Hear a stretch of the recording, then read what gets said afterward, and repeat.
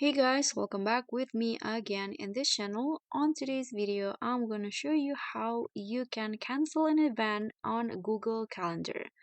So here I'm going to show you how you can cancel the event that you add to the calendar and also notify the people involved in the event.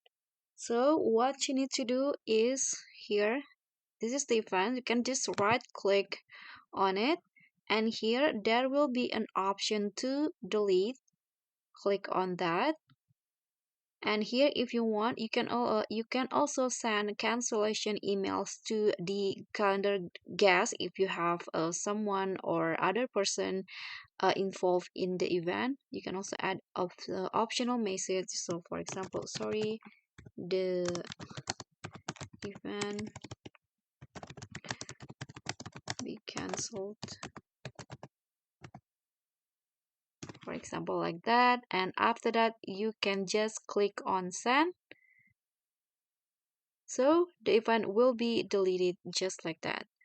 And that's all for me. Thank you so much for watching. Don't forget to like, comment, and also subscribe. Also click on the thanks. Bye.